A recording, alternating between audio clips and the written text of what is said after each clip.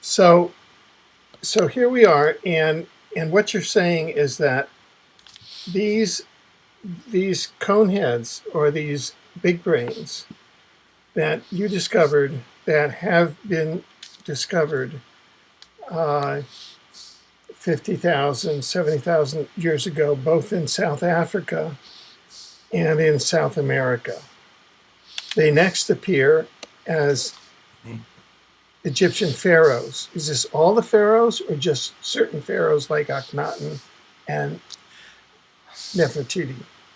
Well, I don't know, but it looked like the Akhenaten for Okay, sure, and Akhenaten it really had has a reputation for having done his best to wreck Egypt. Um, right, right. the, and so I mean, who knows? Now, I should say at this point, boy, it would sure be nice to have a lot of people working on this, and we could all be communicating and pooling resources and going forward. Because what you're hearing here is just this one guy, uh, with his books, and I would love to have the people who have written these books to work with and to be in communication with. It's not easy. Well, Uh, but let's go back now and just uh, uh, so we have that there now. Where is the next part that the coneheads or uh, uh, the the Homo Capensis appear after Akhenaten? Where else do they appear in society? I don't know of any place after Akhenaten. Oh, okay, There so is then, also yeah, go ahead. there's the phenomenon of the sea people, and I'm not quite sure where this fits in. It may have been before Akhenaten. These were a race, a group that don't no one knows where they came from, and they lived on ships, and they chewed up a lot of the Mediterranean, and they wore these elaborate feather dress headsets. Mhm. And I get a little suspicious when I find a group living on ships, don't know where they came from, and they have these big headsets. I get a little suspicious at that, but I don't have That may anything not be more. coneheads. I Okay, don't have anything more. but let me ask you then. So we have these these two data points going back to 50,000 years ago, and then Akhenaten. But then you're moving forward in time, and you're positing that the big brains, namely the coneheads or Homo capensis, are the secret controllers of humanity at this time. Upon Or what data do you support or do you posit that hypothesis? well, I mean, not only you, but Karen Hudas, who yeah. you mentioned. I mean, what do you guys talk about amongst yourselves that leads you to convince yourselves of that hypothesis? Just show me the data. Show you the data. Okay. Let's see. I'm trying to figure where.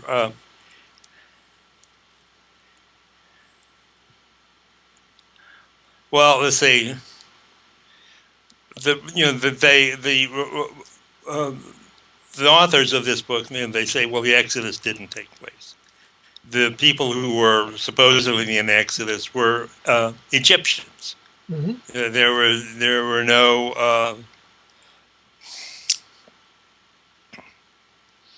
the Hebrews were never slaves. Uh, uh, the patriarchs weren't there. So there's so we have that. So we have that connection with a being that, in all probability, is a conehead. a non-human large brain. And then we have the history of what the elite of the Jewish nation have done. And of course, this is going to be controversial. We have the protocols of the elders of Zion. So I mean, it's circumstantial evidence. Now the question. Well, no, but documents like that, others have said, oh well, that's the Jesuits. That's the Jesuits? Zionists. That, i.e., those are specific groups that go back to Babylon, which are Homo sapiens. They're small brain humans like you and I. Yeah. They aren't coneheads. They aren't Homo Capensis. What is the data that you and Karen Hudis and others are using to say that Homo Capensis or coneheads are hidden controllers of humanity on the planet now? Where do these guys live? Do they live underground? Where are they? What? Does one have to know where they are? No. But no. I'm trying to elucidate from you, the expert, answers. I'm trying to elucidate your database that supports your belief systems. Right, but we have to ask the right questions. Okay. And I don't have. What would be the definitive data? Probably. What would be definitive data? Okay, good. For example, there are questions: do Greys exist? Do Draco-reptilians exist? Do Men in Black exist? And you can go to all those three questions in exopolitics, and you can get witness and documentary, namely photographic and other documentary evidence that tend to prove that 150 species of gray extraterrestrials exist, that many different species of reptilians exist on this planet, some of which are native to this planet or they make Earth their home, and that other species exist here. Now, as to Homo Capensis, all that I'm asking for is what is the database that supports Homo Capensis or coneheads being the secret controllers and that they're here now. I just want to see that. Are there any books? Are there any? Well, no, I would say that what the database is to me is the way that I went about it and what I found in what sequence. Okay. Now, one of the things that I went past when doing this is what the extraterrestrials are a big issue. Are you saying there are 160 species of greys? 150 at least. 150. One of the things I started with was Enrico Fermi with his Fermi Paradox, Where is Everybody? So in 1950, Edward Teller and Enrico Fermi and a few other physicists didn't think that there were any extraterrestrials. They sat around at Los Alamos and talked about the problem, and famously, all of a sudden, Fermi said, "Where is everybody?" And everyone laughed because they knew he was talking about extraterrestrials. So there's no artifacts, there's no evidence that anyone is here, that they're here. So I would take that as a solid data point. In 1950, there were no extraterrestrials that could be found by these brilliant physicists. And now, all of a sudden, and I had no idea that there were 150 species of greys and these shape-shifting things. And so that's a lot to have happened in the last 50 years. That's then we say that we can't find a inhabitable planet nearby, or we can't find an inhabitable planet.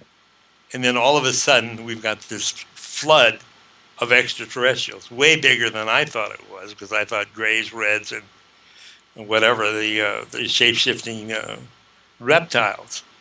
What I do find is that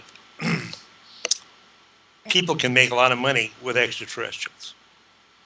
So you can talk about them, and there's a market there, whereas I'm finding suppression with the large brain hominids. Well, try the life on Mars gig for a while, and you'll find a lot of suppression.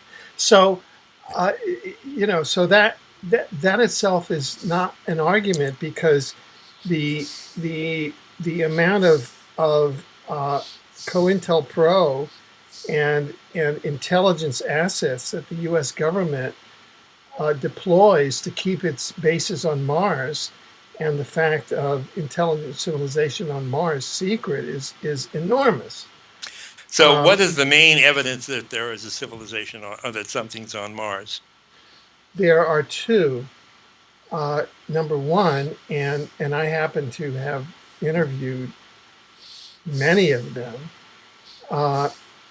very credible whistleblowers who have been participants in the U.S.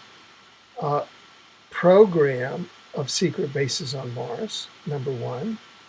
And I've interviewed them, and their testimony is fairly congruent. Number two, there are photographs now from the NASA rovers of the flora and fauna on Mars, which include 4 or 5 different species of intelligent hominids and other intelligent species, including mantids, including reptilians. On Mars? Yeah, sure. But this doesn't show up in the San Francisco Chronicle, does it? No, because I've never seen this. No, because there's censorship in the U.S. These are highly classified. This is one of the deepest classified secrets, and so we've spent the last 15 years since we spent the last 17 years studying the secret bases on Mars and publishing on them. Now, I'll have to go through your. Oh yeah, sure. So I'm just bringing over to your field the same set of questions, because I haven't started studying it, but here we have a fellow Yale Law School graduate, Karen Hudes, who says, there's the Coneheads and the Homo Capensis, and you say so also, and you've sent me a wide variety of documents which are very impressive. However, I don't see any data points since Akhenaten and Nefertiti as to coneheads in visible office on the planet. And visible office on the planet. Yeah, that is. Well, at that time, they were rulers of a specific society. And so now, if you're a researcher in those two civilizations, and if you're positing that those two civilizations are the secret controllers of the Homo sapiens civilization on the planet, then where's the data? Just show me some data. That is, I just showed you some whistleblowers, and I just showed you some NASA rover photographs of flora and fauna, which I can send you ad nauseum. Just help me out here. Okay, well, I don't trust NASA. I don't trust the United States government. I don't trust the CIA these are or photographs. NSA. This is a camera. Well, and also things can be photoshopped. No, yeah, this is taking their photos and deconstructing them, taking apart the 7 layers of disinformation that they put in them, and finally coming out with, these are all the different species of fauna that are fauna on there that are on there. So on the surface of Mars. So just enlighten us as to what's the current situation of Homo Capensis and of the Coneheads. Well, as I said, we've seen the individuals. I don't have the sort of stuff that you have. Okay, I haven't found it. Okay, so I find there is no data there. Well, it depends on what you say by data. Is the fact that that when nobody will talk about this data. Is if you ask paleontologists, let's see. Ask them. Okay, here we go. I'm reading from an email that Brian Forrester and Karen Hudas were involved in. As it turns out, the Jesuits are very closely related to this race. Following the trails Karen Hudas has provided, it startled my attention to think that a Homo Capensis was spotted in Portugal. Furthermore, he was taking care of a faulty loan the bank had produced with his father, or so he said. So 2 patterns emerge. Portugal is a great place to remain anonymous since its population is constituted by people who are not that critical in thinking, and second, because we are a sea coastal country. I.e., what they're saying here is that it's all hidden, and that one has to that we're going to posit. It looks like it's being said that we're positing that Homo Capensis or Coneheads are controlling the human race. Then we're going to search for anecdotes, and then we're going to say, well, these are the anecdotes, and look, humans couldn't carry out this depopulation program. It says, well, humans are carrying out. Look, it says, as I mentioned, Homo sapiens are now the dominant species. What are Homo Capensis numbers? That is a good question. I believe there's more than one species, the single parietal and the double parietal. The single parietal big brain may have only have a population of 1,000 due to one inbreeding. There's scarcely more. Where are they concentrated? This remains to be seen. To what degree do they control us? The Homo sapiens who have been carrying out their orders are now bailing out in anticipation, and so their reign of terror is imperfect now and is breaking down. Could you tell us more about where you get all these theories from, or all of these observations from? Well, I think that's all from Karen, and it was also from Brian Foster. Yeah. So they're not I don't have any idea how many the numbers of these or what it would be. I would think the numbers are small, but I have no idea what that means. Yeah. And where are they? It's pretty obvious that we can pay their rent with the type of government we've got going now. And all of these things underground, there are places for them to be. Here is an email from Karen Hudas, dated July 16, 2014, to Marco Buferi. She says, I believe that the Gray Pope, Pepe Orsini, is the human interface with these beings. And so I am also copying the webmaster at the Borgio Santo Spirito Church in Rome. This communication may or may not have reached the Gray Pope or the big brains, as Dr. Spencer and I refer them to. So so it sounds like you and Karen Hudas are in communication, and you're agreeing that Pepe Orsini, the Gray Pope, is in communication with the Coneheads and the Borgia Santa. She's copying the webmaster of the Borgia Santa Spiritu Church. The Borgia Santa Spiritu Church is right next to the Jesuit headquarters in Rome. I've been there. I've been to Borgia Santa Spiritu. Well, I didn't communicate with her, Karen. I mean, we haven't agreed on that, and I haven't talked to her for a while. I see. And I don't know who in the Vatican is in contact with the theory that I put forward, that there are probably large brain hominids in charge or manipulating us through psychopaths and men who behave like they're psychopaths. Okay, I think so we have established that. I think. Do you agree with that? That we're sort of run by psychopaths? oh yeah, but I mean, what this says is that Pepe Orsini, the Gray Pope, the Black Pope being the head of the Jesuits, the White Pope being the one in the Vatican, is the interface to the big brains. And it seems like what Karen Hudes is saying is that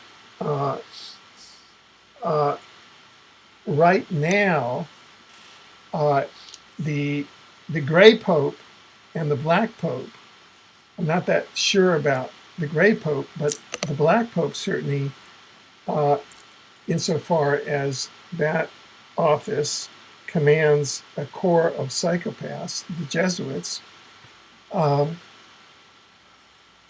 that what this seems to say is that somehow the big brain hominids are in touch with or manipulating sort of the psychopathic hierarchy. In other words, the bankers, the Vatican Gray Pope types, the Orsinis are families that go back to the Roman Empire. Do you have any concepts at this level? Have you been conversing at this level? I don't actually. Oh, I see. You were just sending I this don't. to me. I don't know what's going on in the Vatican at all. No, That's but I mean, Karen's. these are documents and threads of emails that you sent me. So I was Yeah. studying them, and so I'm just asking you questions on the basis of them. So you're not familiar then with Karen Huda's theories. Well, I'm familiar with to a degree that she, for instance, places a great emphasis on the Vatican and the Jesuits. Yeah, And I don't know. I just don't know. she's saying that the Vatican, the Gray Pope, the Black Pope, which is the Jesuits, are sort of the interface with the big brain hominids, the Homo Capensis, and that is, and the Homo Capensis are manipulating these great genociders, which are the Jesuits, the Gray Pope, the Black Pope. I don't know. Is I that don't what know. that's in? I don't know. I've just Okay. about. I mean, I've talked to Karen about that, but I'm not in a position to make much of a comment on that. What I've done, I've just put in the box is something unsaid, which is a 1992 conference in Brazil, in Okay. which Rothschild is speaking, and I think it's Edmund de Rothschild, Right. and he's talking about the glories of wilderness Earth, how they're going to achieve wilderness Earth. Mm-hmm. And another thing which really caught my attention was his discussion of treating global warming, which of course is I don't think there is any global warming, anthropogenic global warming, or at least not caused by SUVs. But of course, the high altitude geoengineering has effects. But anyway, he talks about combating global warming by shipping dry ice, frozen carbon dioxide, to the poles. Now, that is the craziest, I don't like to use that word very much, but it slipped out, idea that I've ever heard. And he's talking about this with a straight face. And so, what is he saying with that? He talks about wilderness Earth, and he talks about the shipping of dry ice to the poles, which would be, I think, a lot to combat global warming. And we won't get into the thermodynamics of the energy it takes to freeze carbon dioxide, and then it is carbon dioxide. My feeling with this is that he's speaking to us in code, that he is saying things are out of control. And also, this is just, he's also showing them this, that he's saying something that is inane, and that whoever is watching him doesn't get it. So I don't know what that is, but it's a very strange clip, and I've put it in the box there. Yeah, apparently it's good. blocked in Europe. Anyway, I don't, and Okay, recently no, I just I get it. So for me to go forward on this, I would have to speak to Karen Hudas, but she won't return my calls, and she refuses my invitations to be interviewed. well, I'll see if I can talk to her. Could you talk to her and tell her that I sincerely would like to have a conversation with her on what she means by those emails that she forwarded to you? Okay, well, I will try and do it, because we're not talking very much now either. Yeah. But another source that I just came up with is what the crucified rabbi, and this is on actually the links. Oh, come on, it's on a Kindle here. It's Taylor R. Marshall.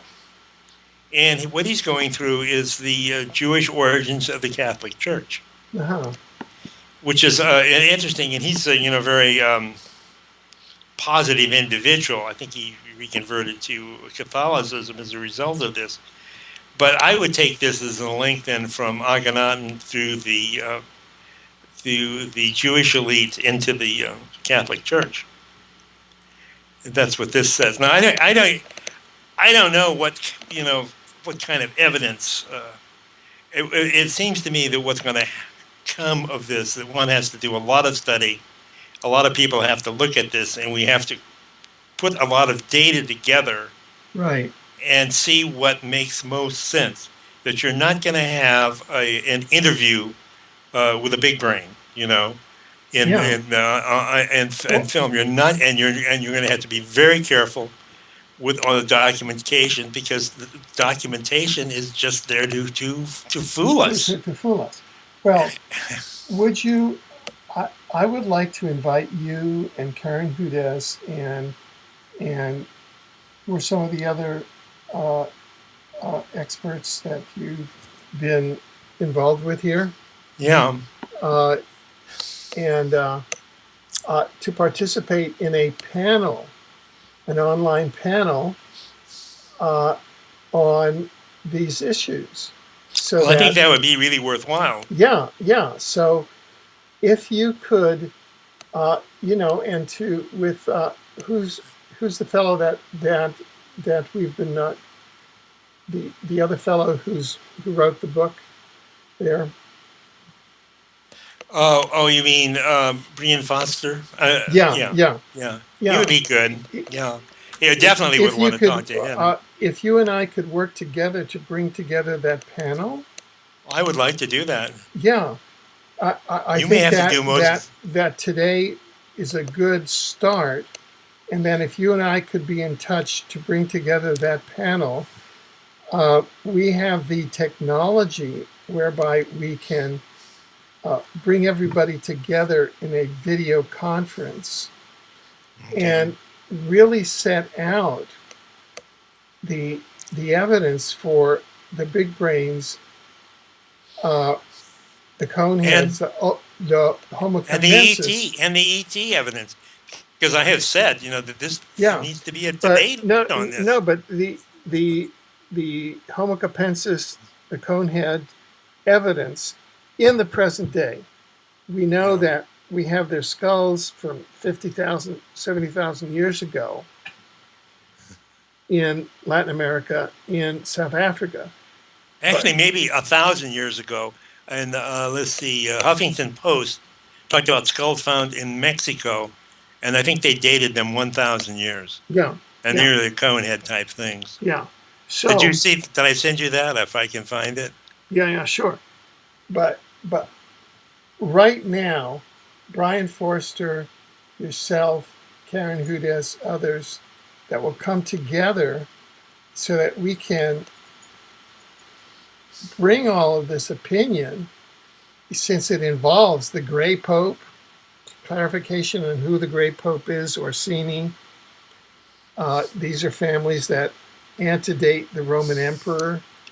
Uh, uh, you know, uh, the Black Pope, the head of the Jesuits, the White Pope.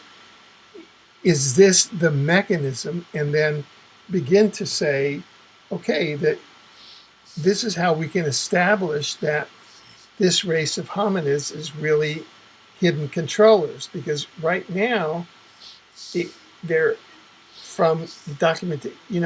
All I have is uh, documents. I don't have people speaking dynamically to them. Sure. So I, uh, I think that that's something that a project that you and I can work on together. That would right. be I very would love useful. to do that Yeah, because I've been kind of alone doing this. And yeah, one of the things I don't, I would say that I'm not going to find evidence. You're going to establish probabilities probability. Okay. because everything is going to be a mess. Yeah, You're yeah. going to be going through a swamp, and the Well, probabilities look, increase. And this is what's it happened. was, yeah. If you go according to the laws of evidence from a legal context, you have different standards. One standard is beyond a reasonable doubt. Another standard is more probably than not. And you have different standards of of evidence. Once a particular sighting comes up, whether it's by witnesses or photographs or other documents, you can say that that's prima facie evidence, i.e., until that's disproved, that particular sighting establishes that there is big brain involvement in whatever the case happens to be. Well, I don't know how it works because I do. One thing I do know is that our minds are have been turned to mush, Yeah, and that it probably is especially true. The higher one goes in education. I mean, my medical school and neurology training.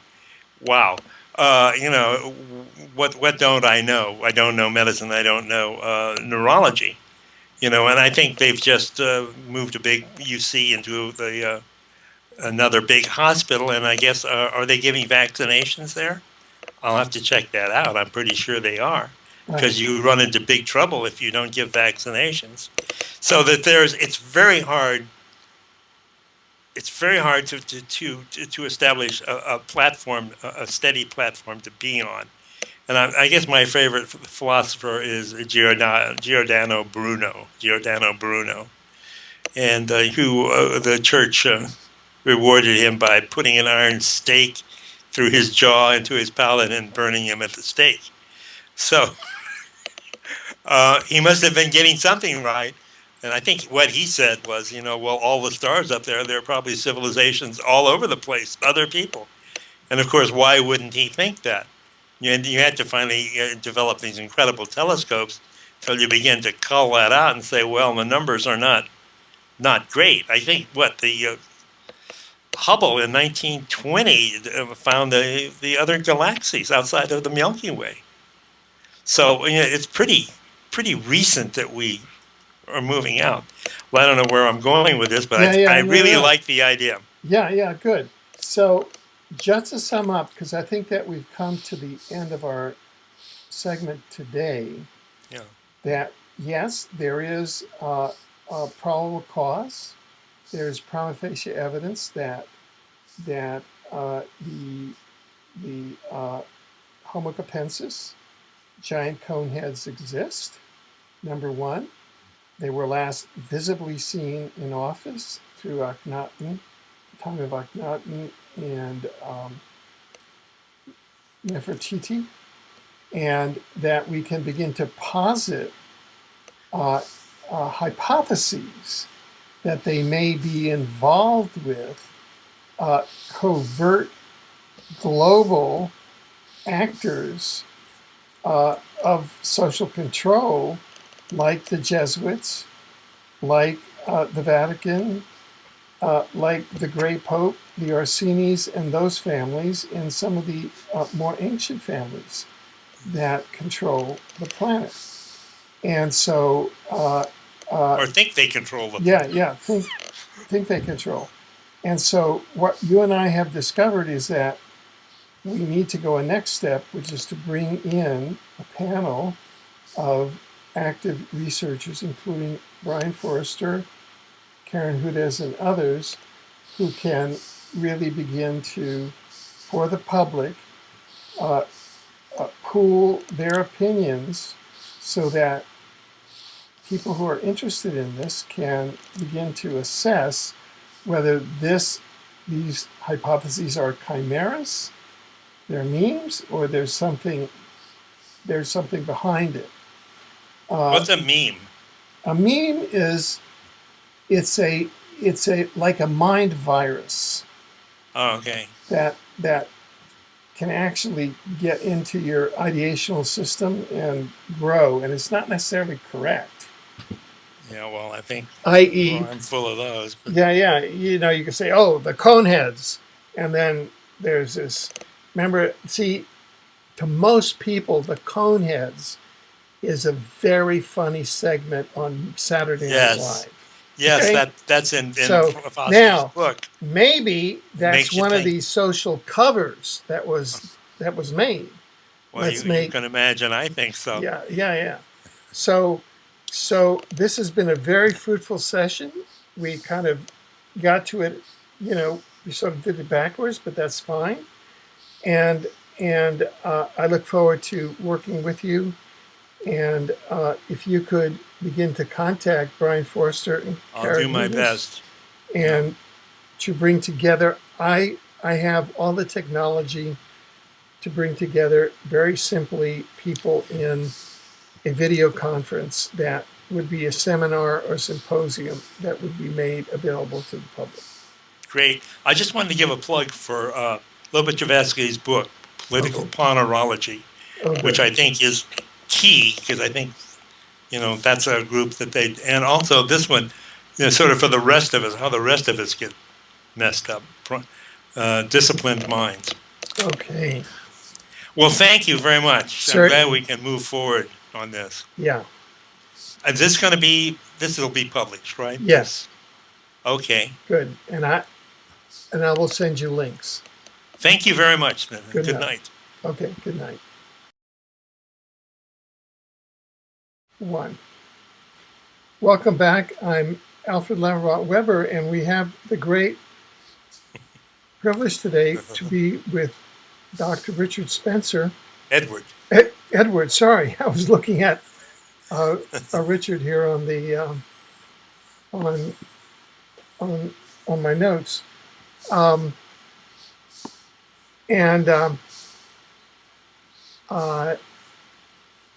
You had written Richard and Me, which is how I got the Richard. The following sentence, which I think will be sort of a summary of our conversation. It seems to me that a definite picture is emerging.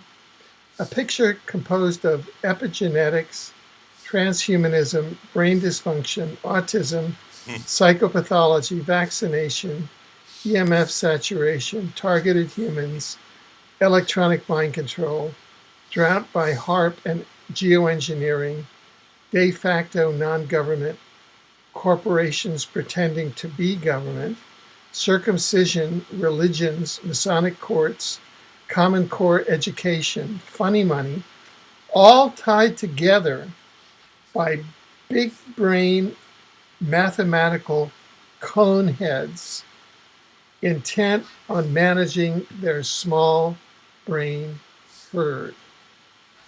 Now, that is sort of what brought us to this point. Could you, taking that as sort of a point of departure, sort of the theme for or the background of our talk today, tell us what brought you to the discovery of Homo Capensis, of the two species of large brain humanoids, and your theories about how they may be controlling world events, and bring us into this whole world, which many of us know nothing about. Well, thank you. I have the problem right now that I always have of this. How can I put this all out there in a paragraph or less? And I'm forced, I think, or it's best perhaps that I give just a little history on how I got that way. And that I was reading L. Fletcher Prouty, and he pointed out that Buckminster Fuller traveled all over the world, and wherever he went, the people who were supposed to be in charge were not in charge. They always answered to someone higher. And I thought, well, I can figure that out. I'm obsessive, and I don't know what else I can do. Chugging along with neurology, which didn't seem satisfying, and I know more now on why that's the case. So I went forward, sort of studying things, and starting actually with the Shakespeare authorship question, because I saw this program on William Shakespeare and who it really was, and I found that absolutely fascinating. And I don't know if you want to talk about that at all or not. That's fun. It's not The nice. 17th Earl of Oxford. No, I mean that unless that's germane to the topic of the Coneheads. Well, yeah, okay. The one thing that I did learn that, and it's probably worth saying, is that you can't trust documents. Yes. A document comes to you from the past. It can be just total lies written to fool you and everybody else in line. And then I began to study the other things, the nasty stuff that's going on with the world, the Kennedy assassination, and went forward. And part of my efforts was to contact the writer Eustace Mullins. And actually, I located him because of something he wrote on the internet, which was the contract murder of Eustace Mullins by Eustace Mullins. So I got hold of him eventually and brought him out to the San Francisco Bay Area on a speaking tour. And of course, the forces, the Mossad, he would say, and whoever's running the program that calls him an anti-Semitic, did everything they could to block his talking. And it's pretty simple to say that these people were Jews. They would call themselves. But then that's a whole nother story that we could get into. But anyway, my understanding of all this has to go through the land of the Jewish people, of the Hebrew nation, because they're critically important in all of this, and they are, to jump ahead, they are super bamboozled. They have been fooled, and we all have been fooled. It's just that they're smarter than we are. I think of an average IQ of 117 versus say 100 for Europeans, and as a result, they seem to have been more fooled.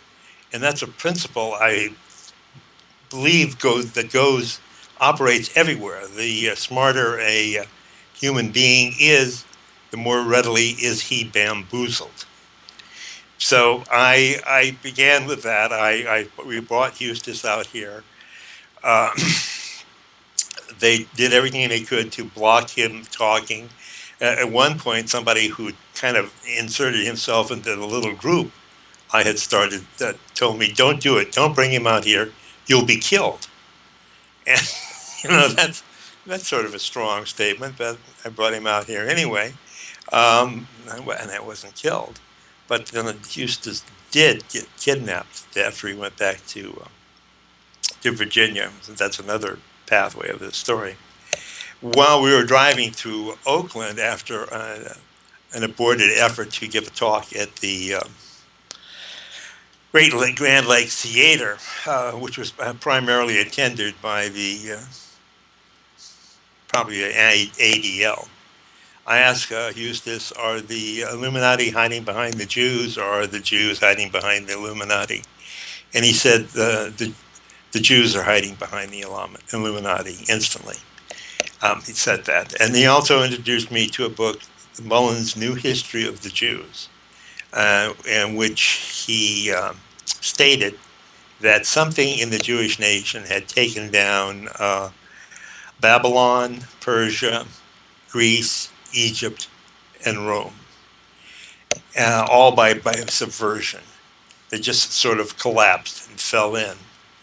And he also noted that the Romans understood what had happened, that Julius Caesar had been murdered because he couldn't control or wouldn't control the Jews, or whatever we're talking about in terms of Jews.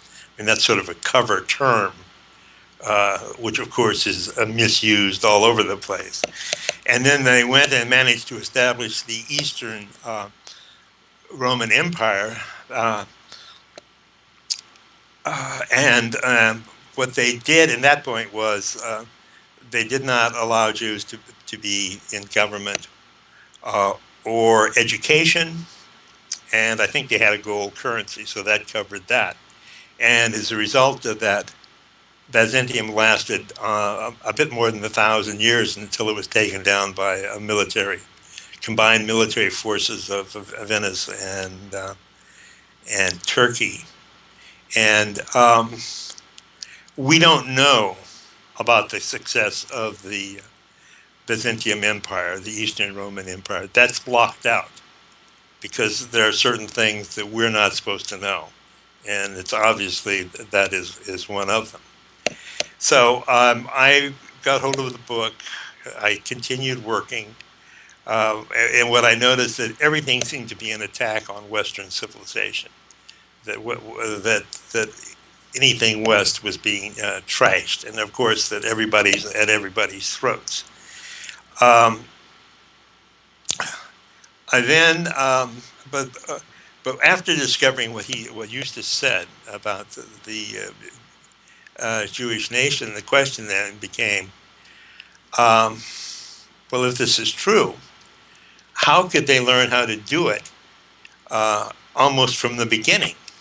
Almost instantly, they came into being, and then they were absolute masters at dismantling civilizations. And of course, then there's the question of why would they want to do that? Why would the Mossad motto be, by way of deception, thou shalt do war? That question, of course, is there. But the other one, but perhaps even more pressing, was how could they learn how to do this? Where did that sort of knowledge or experience come from, or just the battle plan? And I was continuing my research, and then I discovered something else, and this was through the maps of the ancient sea kings. This was through Graham Hancock, who knows so very much. And this is that the entire Earth was mapped during the Ice Age. And we're talking now, the Ice Age ended on the order of 17,000 years ago with the glacial meltdown. These maps, the Piraeus map in particular, show in great detail the coast of Antarctica. And this is precise. I think it was the Swedish-British expedition of 1949 went over this with ground radar or whatever the technology was at the time. And this is accurate. And so it was, but now there's a mile of ice over the coast. But the map, Piraeus maps, show a coast without ice. And how could this be? And this was even commented on by Charles Hapgood's friend in the United States Air Force there, and the Ohlmeyer letter. And part of this communication to Hapgood was that these maps required, most likely were produced by someone who understood spherical trigonometry. So we have all of this. We have the maps. We have the Earth mapped by somebody who knows spherical trigonometry more than 17,000 years ago. We're talking about, many tens of thousands of years ago, and to do something like to make those maps. And the maps have come down to us. They've been compiled and copied and brought down. We don't have the original maps that I know of. And so suddenly, with that bit of information, it became clear that there was a time scale, a time frame available for allowing the Hebrew nation, or something in the new Hebrew nation, which is probably a better way of putting it, because the Jews like to clump together and take the blame, take the credit for everything, but they're obviously being manipulated. And at this point, it became clear that there was a time scale and a civilization that had existed in the past and encompassed the entire world that could have taught this lesson on how to take down a civilization. And I wrote something at that point that was who controls the world? Could it be a cabal we've never considered? I believe I sent that to you. And so I thought, well, I still was thinking, how could this be that it still required, this was something that had taken place over many thousands of years, over many tens of thousands of years. What was the institution that did it? What was clear secret societies are inimical to civilization, actually humanity. But how, what was it precisely that did this? But it looked like that it was the actions of men who worshiped secrecy, were involved with the occult, and that they had brought this training forward. And at that point, it was an article in the San Francisco Chronicle that described the book, or mentioned the book Big Brain. And I obtained this book, and I could even pull it off the shelf and show it to you at some point. Yeah, what's the name of the book again? Big Brain. Want me to pull it off the shelf here? Sure. Yeah. Here we go.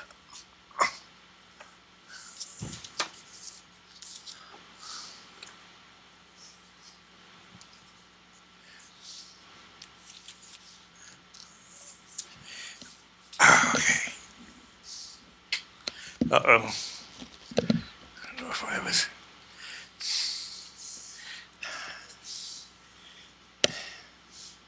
I think it's 2008, Big Brain, by a couple of neuroscientists, Gary Lynch and Richard Granger, PhD. And this book starts with Homo Capensis, or uses that as the basis for writing this book, and the future of human intelligence. And I hope there is a future for human intelligence, or there is a human intelligence in the future. But what it amounts to is that in about 1913 or 12, I get mixed up on that, a couple of workers in Boskop, South Africa, encountered a skull, and they didn't know what it was. They encountered fragments of the skull, so they took it to the local museum, and he said, this is way different, and it finally got um, to be studied quite intensively, and a fellow by the name of R. Broom, a paleontologist, renowned paleontologist by the name of R. Broom, studied it and wrote this paper. Um, I sent you the link on that, I believe. I sent that as a PDF, but since I've got one here, I might as well pull it out because it's sort of wonderful.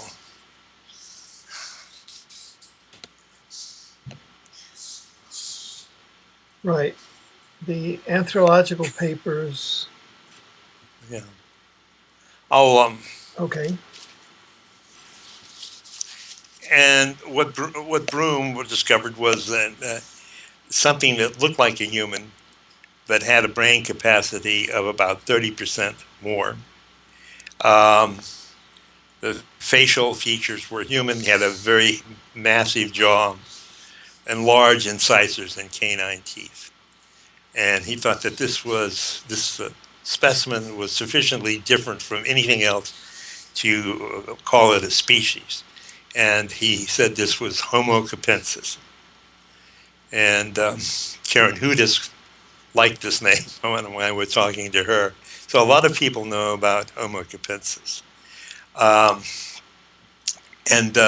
So Lynch and Granger wrote about Homo Capensis. They did an estimation of IQ, and the way this went was that they calculated, and this was very conservative, and of course not accurate and not precise in terms of what we think of as IQ study, but the increase in the size of the association area for a brain 30% larger. And what they came up with was an average IQ of 149, with 10 to 15% of the population at 180 or above. And so you look at that and you say, well, we have a candidate for Earth Mapper here. And then, of course, there's more. British paleontology got very excited over this, and wanted to know more.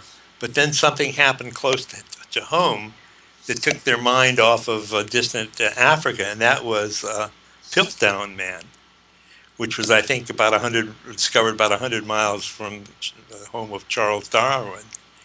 And apparently this really swept Homo Capensis off the stage. And Piltdown Man is a hoax. So that was interesting little bit of coincidence. So at that point, it seemed probable that we had something that was not human that was in control of this civilization, this Earth mapping civilization during the Ice Age, and also built along the seacoast all around the world megalithic structures, such as, I think, Yamaguchi in Japan. I never pronounced it correctly. And that are now underwater. So this seemed like this all fit together. This was a new way of looking at things. And then one wondered, this book, Big Brain, deals with it with one sentence. It's extinct. And the question is it extinct? Is that being extinct? Well, actually, I think the answer is a very solid no there, because people have cited individuals with very large heads that probably match the description of Homo Capensis. And the sightings have been in Cairo and Portugal and South Africa. And so it would have, and the report on South Africa was, is very sharp individual, very wicked businessman trading in copper, I believe, and black, and had other features, but just not a standard sort of person, but very smart. Then also there are reports of Portugal with these beings, these individuals being in finance. They even got involved with the finance world. There's a report I have from the United States, which is most incredible, most bizarre. But anyway, it would seem that Homo capensis is not extinct, and that. So these are sightings of Homo capensis that you've had in modern times that are operating in modern fields such as finance. Right. And we don't know for sure, of course, if it's Homo capensis, because but we're getting reports of individuals which are striking and suddenly fall into that category more readily than just straight old humans. So that looked like that really could explain a lot in what happened in the world during the Ice Age, that we had another species in charge. Now there's a coda in this book, a Big Brain.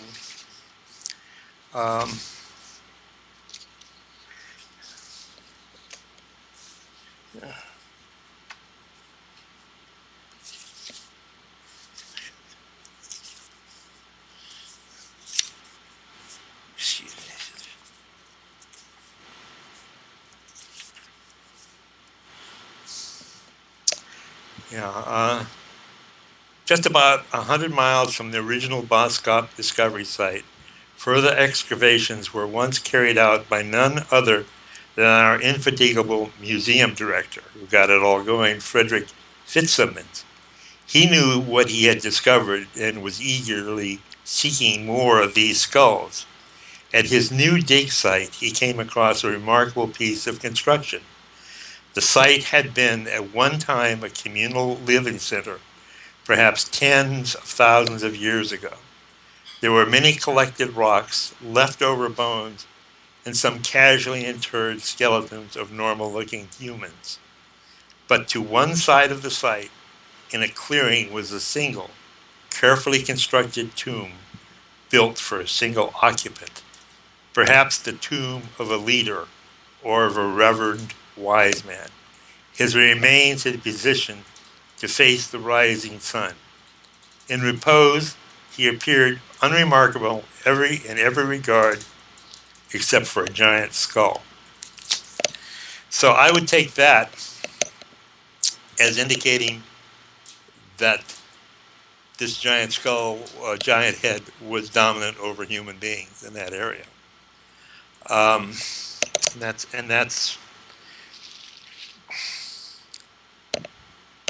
in this area in Boscop. But then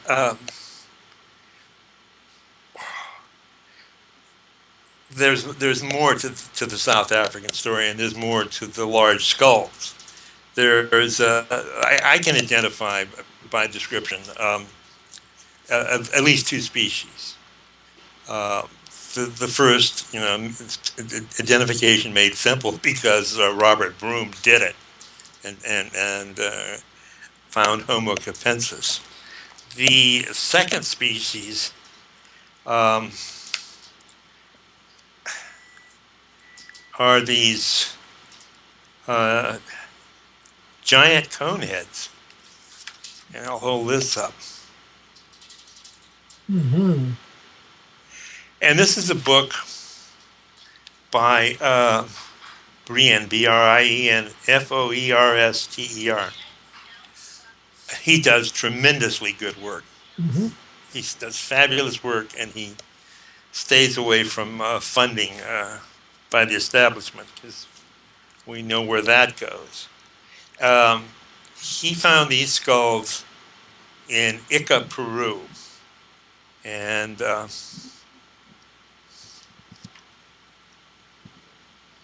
this is a picture that I send out. I don't know if I'm going to find it. That I really have sent out with a lot of my emails. Here they are. Now the interesting thing here is one of them, at least in this picture, has hair and skin attached to the skull. So it's a real candidate for DNA analysis. Brian has done some DNA work, and it's not, it's expensive and it's difficult. And his findings at first was not human. I've sent this pictures of this to a number of people, and paleontologists, and also to Brian Sykes, DNA guru at Oxford. And I don't hear back. And so this big Conehead has these following features, which Foster has described. They're big, they're heavy. That's Doctor Who in the background, if you can hear it. The eyes, the orbits are 20% larger. Bones are rather heavy. There is one parietal plate instead of two, like humans. There are two occipital foramina high in the occipital region. The brain capacity is much larger than human, as you might expect, seeing that you have a human face, everything with that head going up. I think on the order is at least 50% larger, maybe going out towards 200%. Then there are, and the dentition is interesting because these skulls have few or no molars, yet they have very powerful incisors and canines. So they really look like they're carnivores. So there you go. Something that's a carnivore, doesn't like spinach probably because it doesn't have any molars. Very high IQ. And not studied. I sent those pictures to some paleontologists in the United States, a group that's looking for Sasquatch. This group based out of Idaho. I don't have the information right in front of me. Yeah, well, if they're looking for Sasquatch, maybe they'd like to look for something like this.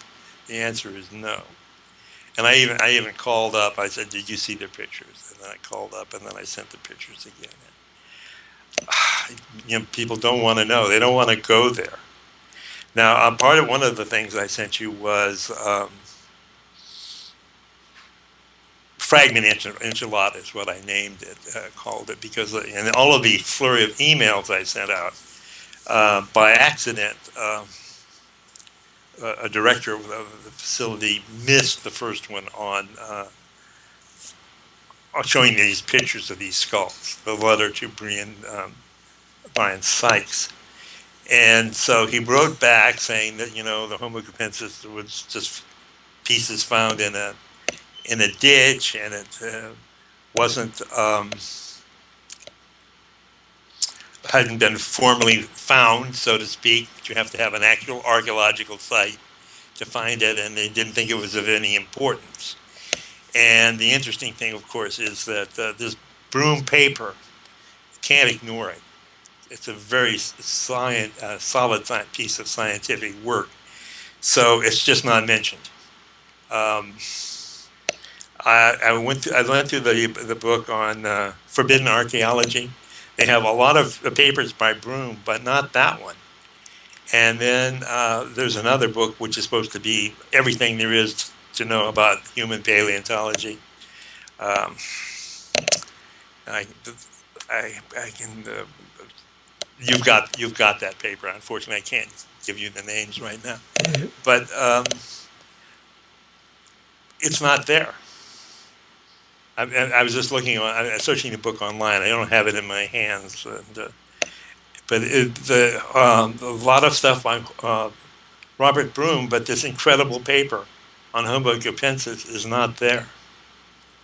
Well, I would have to say that what we're seeing here is a Sherlock Holmes approach or event.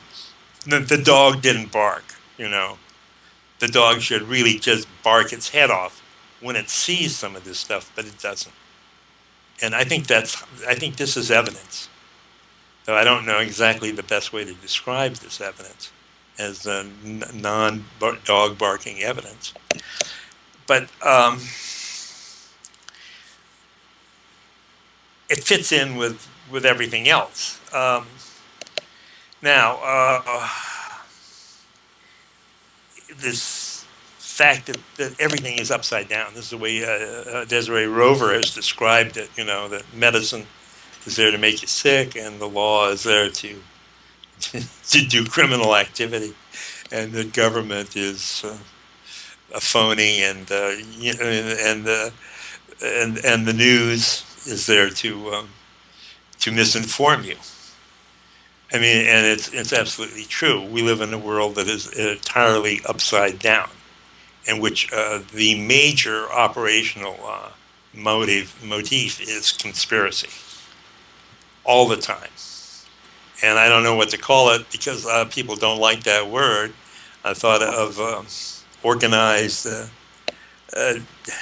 deception and assault to try and fractionate it. But that's I've tried to talk to people about conspiracy, and I was talking to a woman in Whole Foods. She was having coffee together, and she's a nice lady. And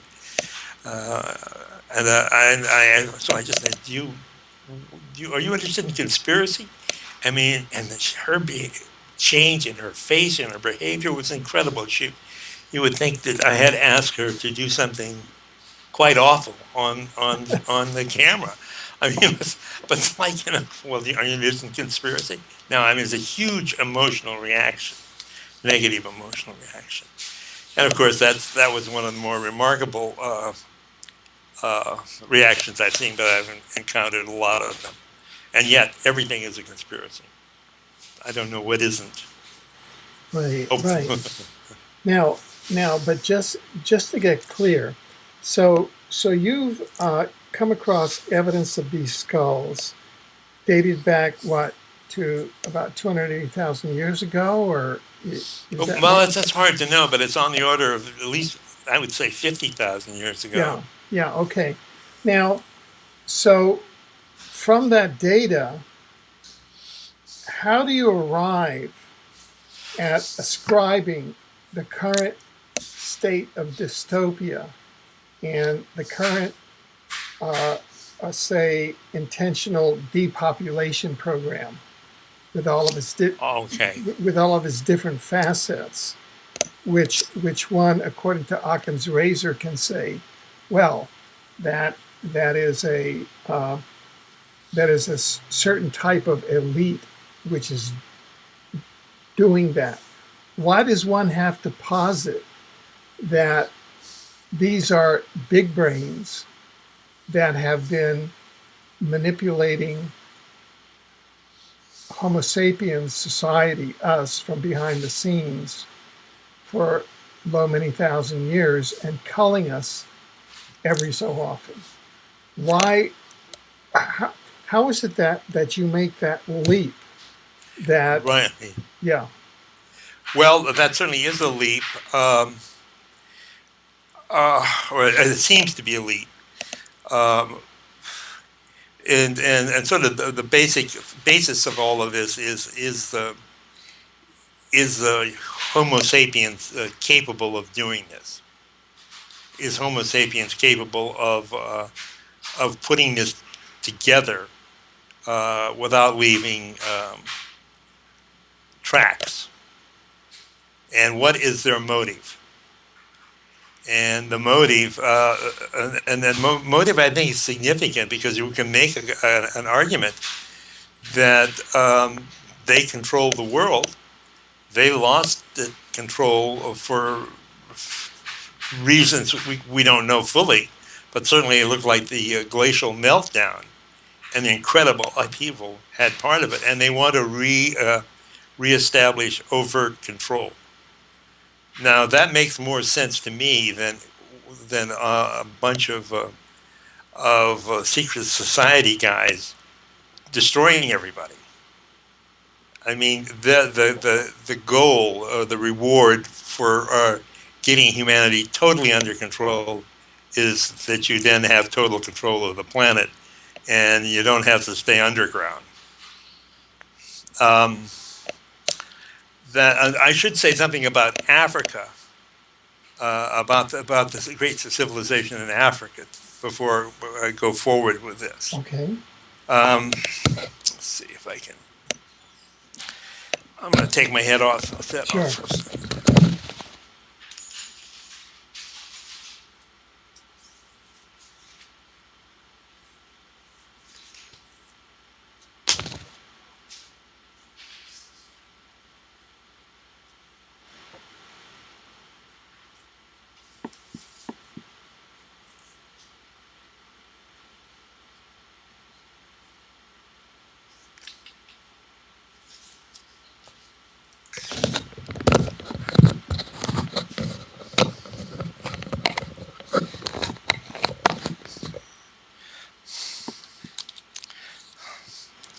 This sort of comes from these books. This is Adam's calendar.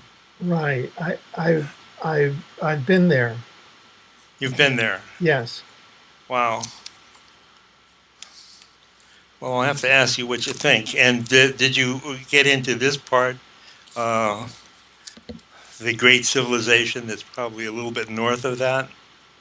Yes. I interviewed the author of that book, Michael Tellinger. Yeah. Now you take issue with Michael's theories. Is that I'll say. correct? Sorry? Yes. Yeah. Could you walk us through what it is about Michael's theories that you take issue with?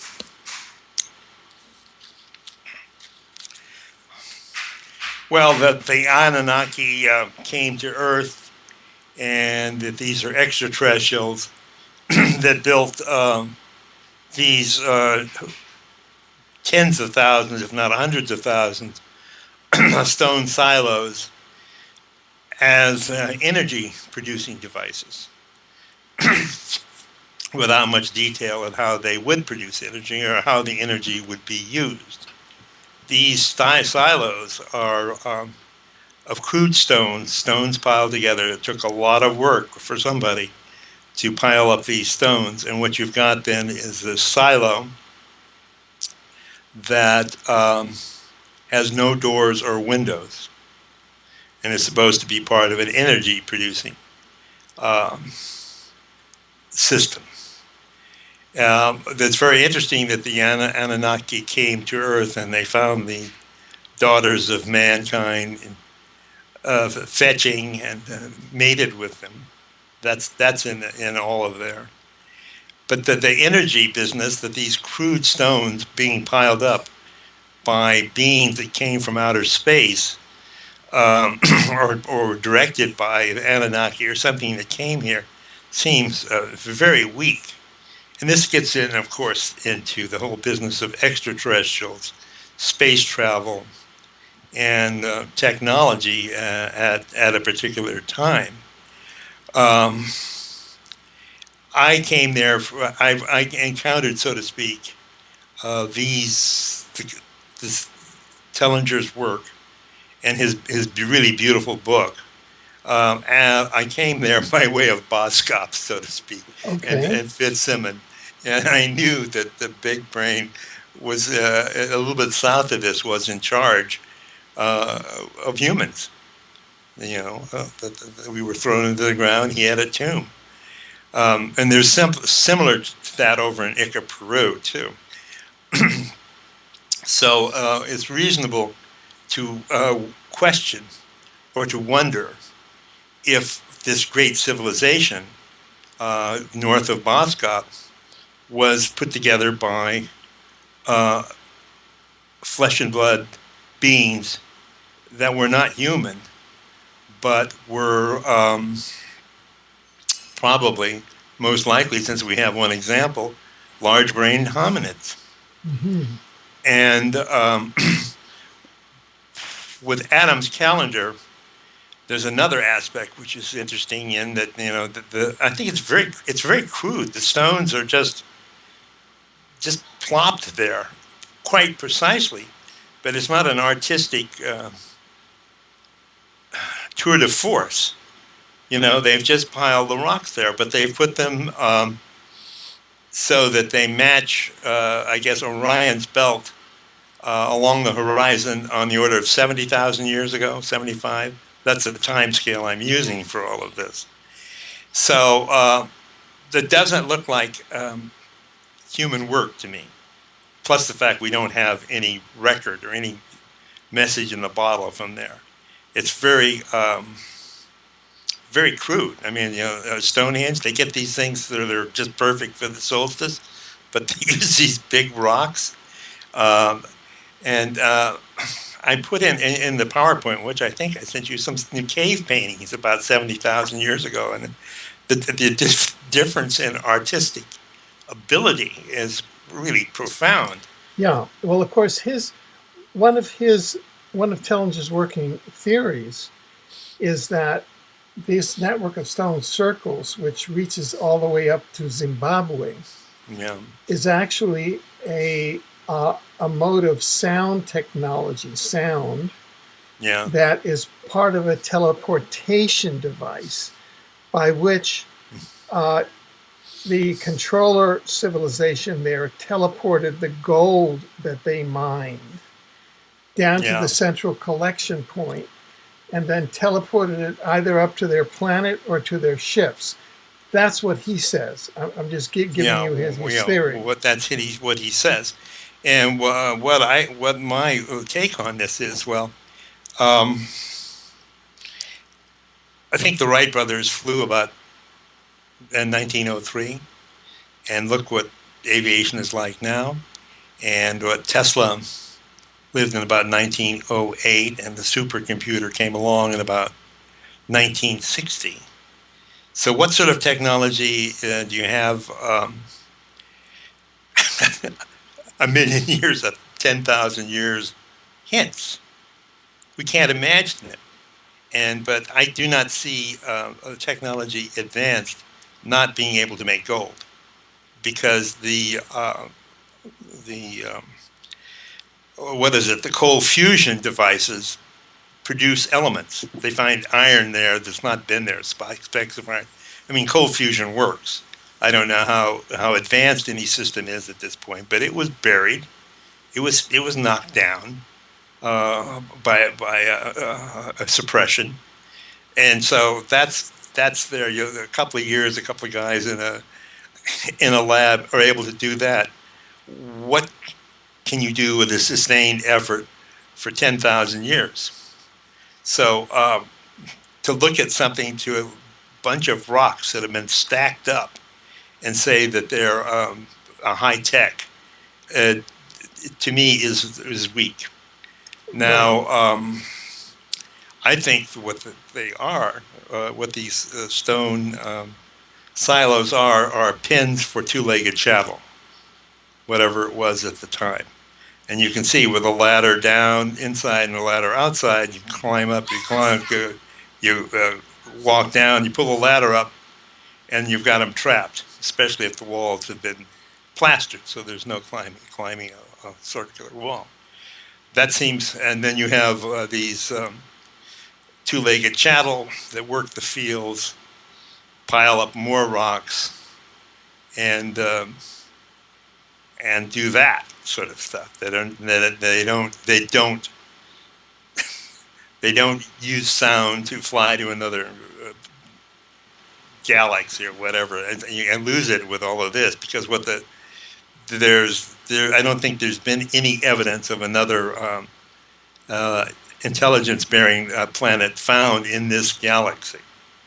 And if you look at the Earth, you can see that it takes a lot of things to come together for this to happen, including, the Earth makes water in the magma. That's where the water comes from. It makes oil, which maybe is not so critical, but it does make makes water, and it's positioned so that we have water as fluid and not as ice all of the time. And we've got this nice planet Jupiter out there, great big thing, which sucks up a lot of comets and debris flowing in that would otherwise hit the Earth. So there's a lot of stuff that went together to make Earth, and I don't think there's anything like this found anywhere in the galaxy. And then, it's likely that this did occur somewhere, that it's gone on in this vast universe. But we're talking about walking distance, 100,000 light years. So it doesn't seem likely.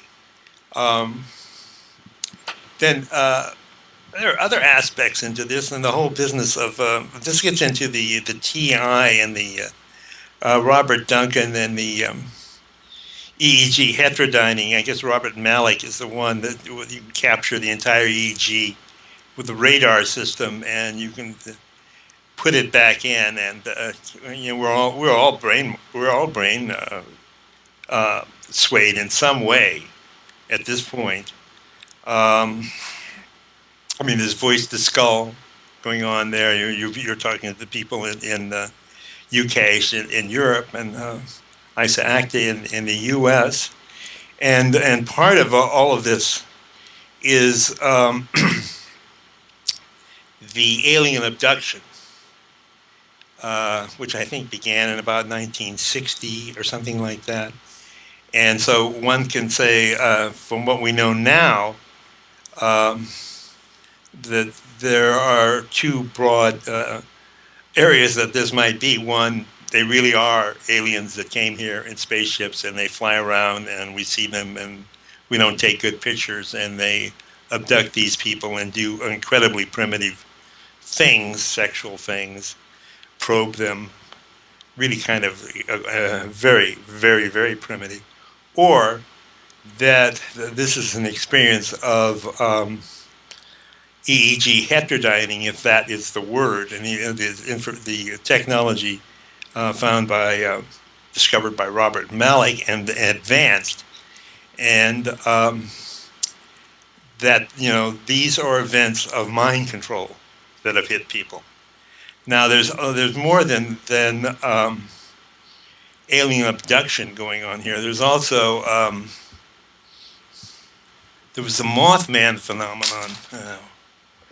Did you ever see the movie Mothman? I may have seen different features on it over time. Yeah, and it's kind of a fun movie, and I never really, on the first time I saw it, I thought, well, that's kind of fun. But then watched it on television just recently, and I thought, wait a minute, this is looking too familiar. And so there was this Mothman phenomenon in West Virginia. People saw this thing with the big eyes. They have a lot of news paper articles in this book. I would recommend this book. Donnie Sargent and Jeff Walmsley. And apparently there were men in black cruising around the area at that time. And I think this was in 1966, if I get that right. And then it ended with the collapse of a bridge. One support on the bridge failed, and about 30 some odd people died. So, what was this? I would interpret this as being an experiment. Right. Now, we're we're already 15 minutes into this segment, and we've only got about 40 minutes left. And I still haven't gotten the critical path Okay. of the theory. And by the critical path, I mean is this. Okay, so we have skulls both in North America, in the African continent, perhaps elsewhere, that 50,000, 70,000 years ago, 200,000 years ago, say, okay, there are at least one, perhaps two species there, the coneheads, the Homo Capensis. Okay, Yeah. what's the critical path? We've spent time there. That's established. What I'd like to spend the next 40 minutes on is following the critical path from that point up to the present day that that shows that, or that elucidates that there's a hidden civilization of coneheads or Homo Capensis that are the secret controllers of our human society, and that currently they're culling the herd. Is there any way that you can do that? That say, okay, this is what happened over history, and this is how they're operating now. They're behind the Vatican. They're behind the monetary system. They're behind war, disease, crime, and poverty. They're behind all of this. They are the people from Mars. They're behind. They are the controllers of planet Earth, which I think is your thesis.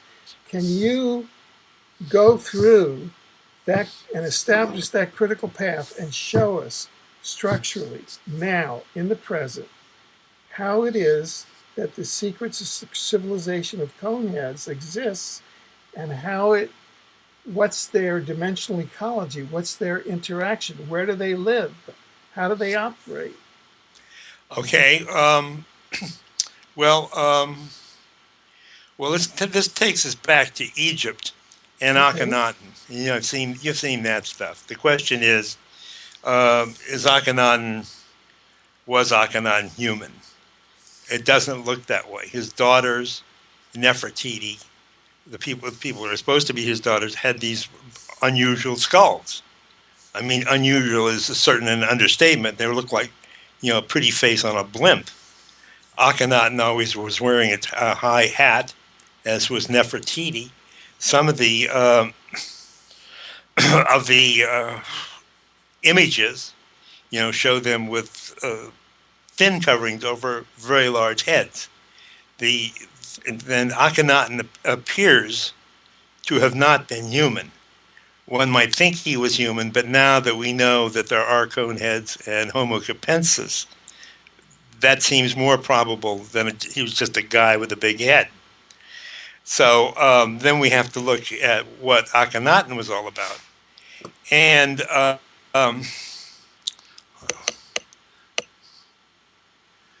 he was out to wreck Egypt. There's this, I think Donald Redford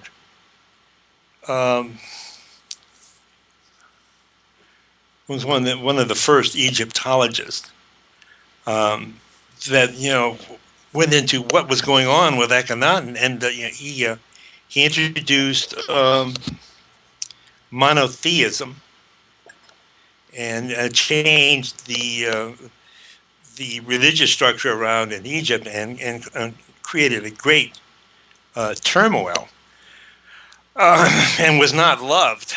There's another good book by Nicholas Reeves. So Akhenaten appears to not be human, and one must remember that everything is contaminated and conspiracy everywhere. So when somebody finds something, they'll say it's Akhenaten or it's not Akhenaten, and we don't know. There's nothing but lies coming at us, and archaeology is full of lies, maybe as bad as medicine. And the Egyptology, one can see why that um, is very much damaged by who gets the grants and who does not, and that sort of thing. But they have gone forward and found stuff.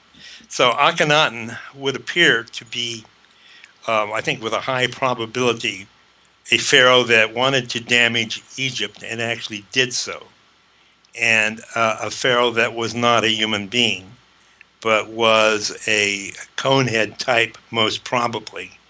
That we don't have to say he was just a guy with a big head. We now have other species out there, and he was probably that sort of that species.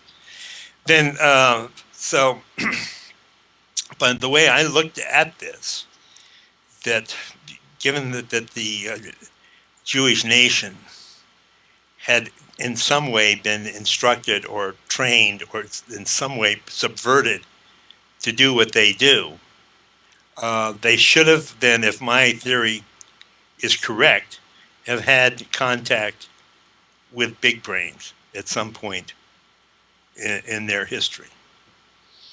That seems like a reasonable hypothesis to put forward. Okay. Then it turns out there's a series of books that have. This is by Ahmed Osman, and I think maybe who was the psychologist, psychiatrist, thought of this, but it turns out then that Akhenaten had a second life, a second career, and Osman has him as Moses, and this book, Secrets of the Exodus, by Masad and Roger Sabat, two French rabbis